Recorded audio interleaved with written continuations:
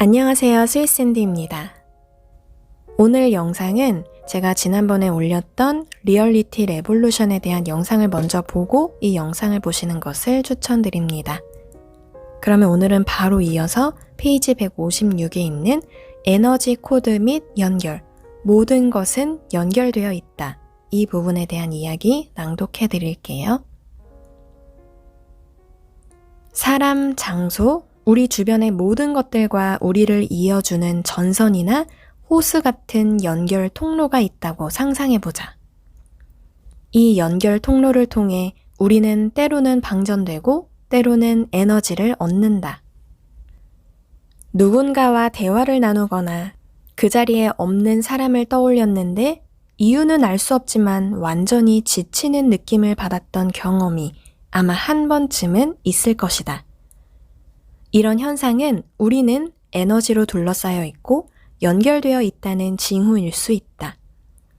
나는 우리가 우리의 과거와 조상과 가족, 그리고 친구들과 에너지로 이어져 있듯이 사무실과 집에 있는 물건들하고도 에너지적으로 연결되어 있다고 믿는다. 모든 존재는 에너지적 특성이 있고 에너지를 교환하기 위해 서로 관계를 맺을 수도 있다. 어떤 사람이나 사물에 자연스럽게 매력을 느끼거나 본질적으로 같거나 비슷한 성질이 있다면 두 존재 사이에는 양자 공명이나 양자 결맞음이 일어날 수 있는 유사성이나 연결성이 존재할지도 모른다. 이들의 연결 속도는 빛의 속도보다 빠르며 아인슈타인이 말한 유령 같은 원격 작용을 먼 거리에서 만들어낸다. 이 현상이 2장에서 말했던 입자들이 엄청 멀리 떨어져 있어도 서로 똑같이 반응한다는 양자 얽힘이다. 우리가 사람이나 사상, 펜듈럼에 얽혀버린다면 우리는 심장, 혈액, 몸에서 영향을 받는 것만큼이나 이것들에 의해 긍정적이거나 부정적인 공명의 영향을 받게 된다. 여기서 긍정적 영향과 부정적 영향은 좋다, 나쁘다를 말하는 게 아니라 단순히 에너지가 차오르느냐, 고갈되느냐를 말하는 것이다. 이 얽힘들은 미세 섬유나 거미줄처럼 극히 가느다랄 수도 있고 두꺼운 밧줄 같을 수도 있다. 그리고 유연하고 유려하고 부드러울 수도 있고 뻣뻣해서 움직이지 않는 것처럼 보일 수도 있다. 또 우리는 이 현상을 무지갯빛으로 일렁거리는 불빛으로 상상할 수도 있고 밀도가 높고 흐릿하고 탁한 빛으로 상상할 수도 있다. 그것들은 잠재의식 차원에서 정보가 오가는 통로로서 기능하며 사방으로 뻗어 있고 가치 중립적이다. 원주민 문화에서 볼 수 있는 샤먼처럼 매우 직관적인 사람들은 때때로 태양 신경총, 제3의 눈, 사타구니, 차크라에서 방사되는 에너지를 통해 이러한 연결을 감지할 수 있다. 어떤 사람들은 연결된 상태를 색깔로 파악한다. 또 어떤 사람들은 이 연결되어 있는 상태를 볼 수는 있지만 자신들이 보고 있는 게 무엇인지 이해하지 못한다. 왜냐하면 그것 자체는 에너지가 이렇게 저렇게 교차하거나 우회하는 통로일 뿐이기 때문이다. 긍정적인 의미이든 부정적인 의미이든 두 사람이 어떤 관계를 맺으면 당신과 그 사람 사이에는 유연한 에너지 필라멘트가 형성되고 그 사이로 정보, 감정, 에너지 주파수가 전달된다. 누군가가 다른 사람에게 화를 낼 때 연결감은 희미해진다. 그리고 어떤 한 무리가 펜듈럼을 만들어낼 때 정당, 그룹, 심지어 가족도 펜듈럼이 될 수 있다. 이렇게 펜듈럼을 만들어낼 때 우리의 현실은 그 펜듈럼과 연결될 수 있다.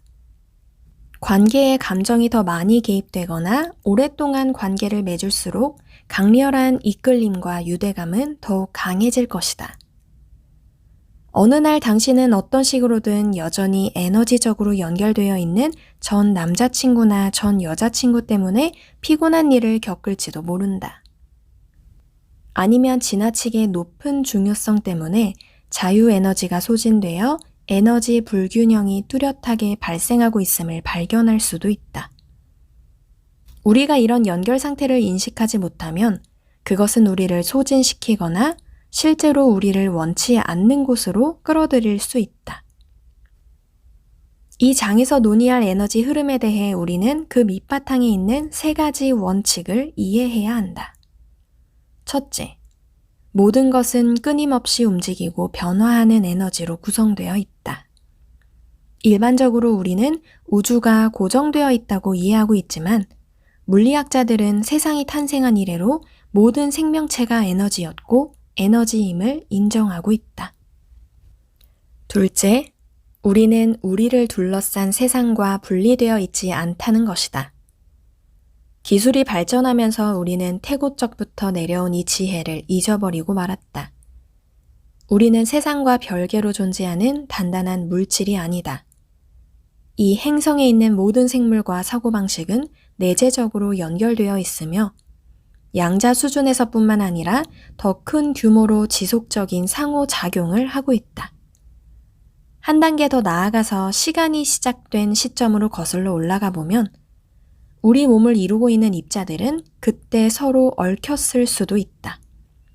완두콩 크기만한 우주가 폭발한 빅뱅으로 만들어진 모든 원자와 화학물질은 연결되어 있다. 이는 하늘에 떠 있는 무수한 별들과 우리가 서로 연결되어 있다는 것을 의미한다. 비록 글이나 말로 표현하기엔 약간의 어려움이 있지만 우리는 아주 깊고 내적인 차원에서 이것을 이해할 수 있다. 셋째, 모든 것에는 의식이 깃들어 있다. 과학자들은 식물은 의도를 가진 존재이고 인간의 에너지장에도 반응한다는 사실을 이해한 것처럼 이 명제를 증명해내기 시작했다.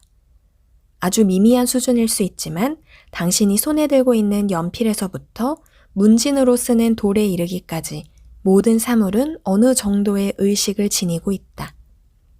원주민 문화에서는 이런 인식이 오랫동안 이어져 내려오고 있지만 서양 문화에서는 사라져버렸다.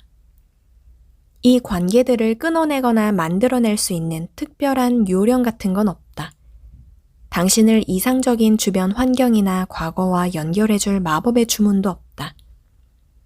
우리는 그저 우리가 무엇을 구하든지 그것을 끌어들일 뿐이다. 우리가 어떤 현실을 창조하기로 마음먹었다면 우리는 수십억 가지의 에너지 변화와 그것들이 서로 연결되어 공존하는 방식을 인식하는 것부터 시작해야 한다. 우리가 이러한 에너지 코드들과 소통하는 방식은 우리가 살고 있는 현실에도 영향을 미친다. 에너지 코드의 존재를 인식하게 되면 당신은 떠오르는 감정들과 상호작용을 각각 새로운 시각으로 분석할 수 있다. 생각들은 그 자체로 고유한 에너지로 존재할 수 있는데 안타깝게도 빨리 발견하기가 어렵고 관리하기도 힘들다. 나는 에너지를 측정하는 데 가장 좋은 척도를 찾았는데 바로 데이비드 호킨스의 의식 지도를 기반으로 프레더릭 도슨이 만든 목록이다. 이 목록은 그가 쓴 에너지 레벨에 수록된 것이다. 우리가 움직이는 척도에 따라 각 레벨에 해당하는 내용은 당신의 사고방식, 당신이 맺고 있는 인간관계, 당신이 창조하는 현실과 풍요에 영향을 미친다. 당신의 의식도 척도에 따라 변화한다. 그리고 당신이 하나의 레벨에 영원히 머무르는 경우는 없다. 하나의 레벨에서는 30일 동안 머물 수도 있고 어떤 레벨에서는 80일 동안 머물 수 있으며 때로는 그 수치가 오르락내리락 할 수도 있다. 다만 주파수는 서로를 끌어당긴다는 사실만은 꼭 기억하라. 다음은 내가 사용하는 척도로 몇 가지 핵심 사항이 담겨 있다. 이 책에 설명되어 있는 그 에너지 레벨을 순서대로 한번 읽어볼게요. 30. 죄책감, 수치심, 정신질환, 굴욕감, 증오. 50. 무관심, 절망, 좌절, 우울감. 80. 상실감, 슬픔, 자기 연민. 100. 두려움, 염려, 수줍음, 열등감, 편집증. 120. 갈망, 욕구, 충동, 충족되지 않은 욕망. 160. 분노에 지배당함, 공격성, 냉담함. 180. 적대감, 비난, 불평, 책망. 190. 자존심, 우월감, 자만. 200. 만족, 일상, 기능을 발휘함, 권태, 낮은 수준의 에너지. 275.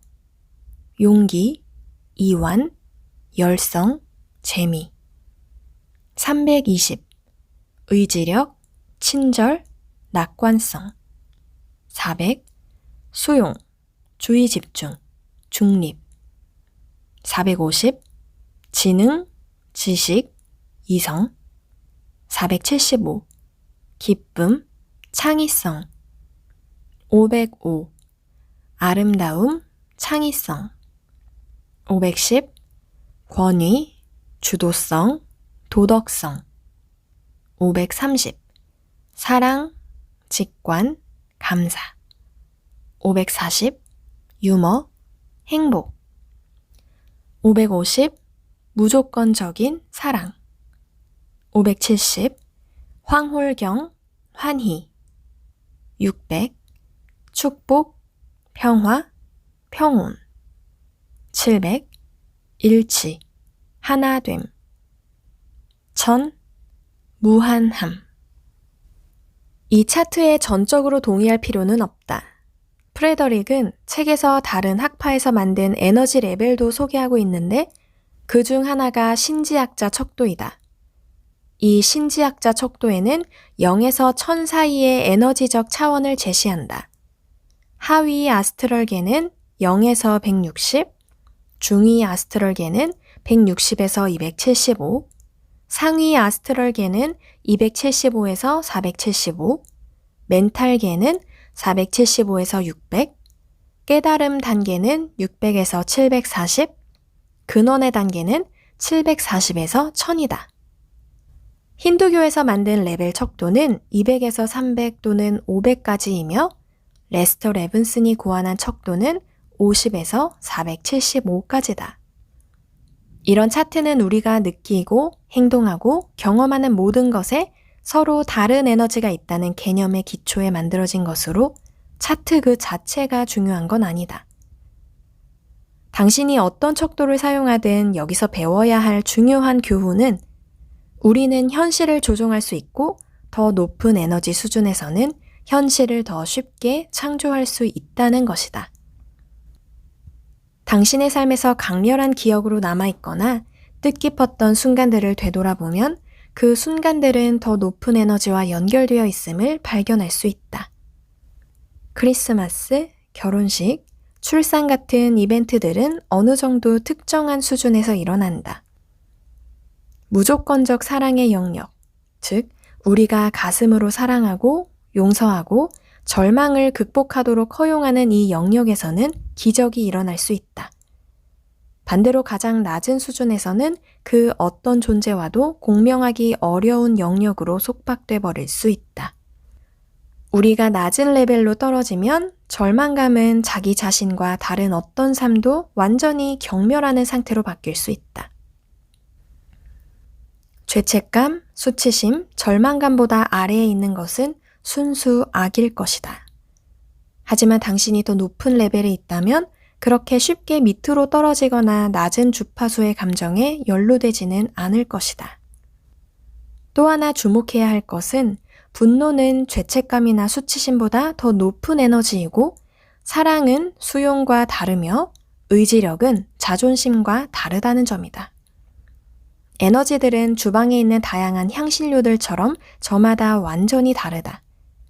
그 에너지들이 각각 어떤 점이 다르고 어떻게 다르게 기능하는지를 아는 것은 우리가 현실에 더욱더 영향을 잘 미치는 방법을 이해하는 길이다. 당신의 잠재의식에서 일어나는 감정과 사고하는 방식이 무엇인지를 인식하라. 당신이 자기 자신과 세상을 바라보는 방식은 그와 비슷한 에너지를 끌어당기는 에너지를 방사할 것이기 때문이다. 슬픔이나 염려 같은 낮은 레벨에서 당신은 주변의 아름다움, 창의성, 가능성을 보기가 어렵다. 그리고 권위가 포함된 510레벨에서 그 이상으로 넘어서지 않으면 당신은 사랑을 경험하지 못할 수도 있다. 가장 위대한 깨달음은 가장 높은 레벨에서 일어난다. 바로 이때 우리는 모두 잠재의식적으로 연결되어 있음을 이해하기 시작한다.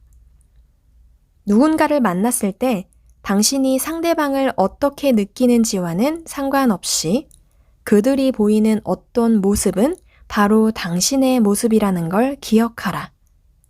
만일 당신이 화가 났다면 당신을 화나게 한 사람은 바로 자기 자신이라는 것이다. 당신은 이러한 관점으로 다른 사람들을 바라볼 수 있고 그들이 어떤 경험을 하는지도 일부 체험할 수 있다. 예를 들어 마트 계산대에서나 차가 꽉 막힌 도로 위에 있을 때 우리는 다른 사람이 되어 볼 수 있다. 당신이 계산대 맞은편에 서 있는 마트 점원이라고 상상하며 그 순간을 기억하는 것이다. 당신이 이러한 하나됨, oneness, 비이원성, non-duality, 그리고 인식, awareness의 레벨에 이르면 모든 가능성에 접근할 수 있는 문이 열린다. 에너지 레벨 가운데 정말 강력하면서도 우리가 쉽게 접근할 수 있는 단계는 유머와 웃음이다. 어둡고 우울한 분위기가 감도는 실내에서 우리는 가벼운 농담 한마디로 그 공간의 에너지를 밝게 만들 수 있다.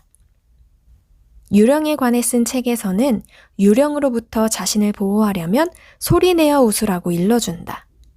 웃음은 공간의 에너지 진동을 완전히 끌어올리면서 당신 자신의 에너지도 바꿀 수 있다는 것이다.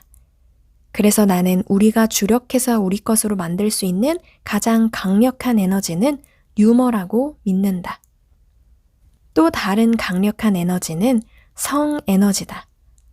성 에너지는 생명체를 창조해낼 뿐 아니라 창조력 그 자체를 실어 나른다. 지구에서 한 사람 한 사람이 탄생할 때마다 함께 폭발하는 황홀감과 행복함은 빅뱅에서의 거대한 에너지 폭발에 비유할 수 있을 것 같다. 성은 자기 자신과 또는 다른 누군가와 함께하는 창조의 에너지다. 1920년대에도 나폴레온 힐은 우리가 자신만의 생각을 창조하는 데 있어서 성 에너지는 강력한 요인이라고 말했다. 이렇게 성 에너지를 언급하는 것이 불편하게 느껴질 수도 있다. 하지만 우리는 성 에너지를 당신의 에너지를 즉시 바꿔주고 더 나은 현실 조종을 위해 활용할 수 있는 또 하나의 에너지로 인식할 필요가 있다. 성 에너지는 창의적이며 우리를 다른 사람들과 이어주고 더욱 끈끈하게 연결해준다. 당신이 누군가와 성관계를 갖지 않더라도 성 에너지는 그 자체로 이 모든 영향을 미치고 있다. 자, 이제 영상이 좀 길어져서 마지막으로 한 파트만 더 읽어드리고 영상을 마치도록 하겠습니다. 에너지 정화의식. 정신적이고 에너지적인 수준에서 당신과 당신이 있는 공간의 에너지는 정화될 수 있고 정화되어야 한다. 명상이나 몸을 움직이는 활동이 그 정화 활동의 일부가 될 수 있다. 실제로 집을 청소하는 것만으로도 에너지에 영향을 미칠 수 있다. 우리는 일본의 정리 컨설턴트인 곤도 마리에의 인기를 통해 이 사실을 확인할 수 있다. 나는 곤도 마리에가 물건을 정리하는 것 이상의 일을 하고 있다고 믿는다. 그는 집에 있는 물건에 부정적인 에너지가 연결되어 있는 상황을 제거하는 방법을 사람들에게 안내하고 있는 것이다. 지금 방금 전에 언급된 이 곤도 마리에에 대해서 좀 알고 싶거나 정리에 대한 영상을 보고 싶으시면 넷플릭스에 이분에 대한 영상이 있어요. 저도 한번 찾아봤었는데 혹시 곤도 마리에에서 미니멀리즘이나 정리하는 거에 대한 영상을 관심이 있으시면 넷플릭스에 찾아보시면 인기 그 목록이 있거든요. 그래서 영상 한번 보시는 것도 좋을 것 같아요. 계속 읽어볼게요. 에너지 정화 분야에도 많은 전문가가 있다.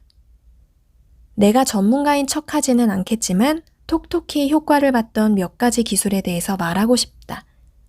예를 들어 당신이 새로운 집으로 이사를 했거나 공간을 정화하고 싶을 때는 구석으로 가서 박수를 치거나 큰 소리를 내보라. 큰 소리는 그 공간에 있던 입자와 분자를 움직여준다고 한다. 그러고 나선 반드시 손을 씻어야 한다.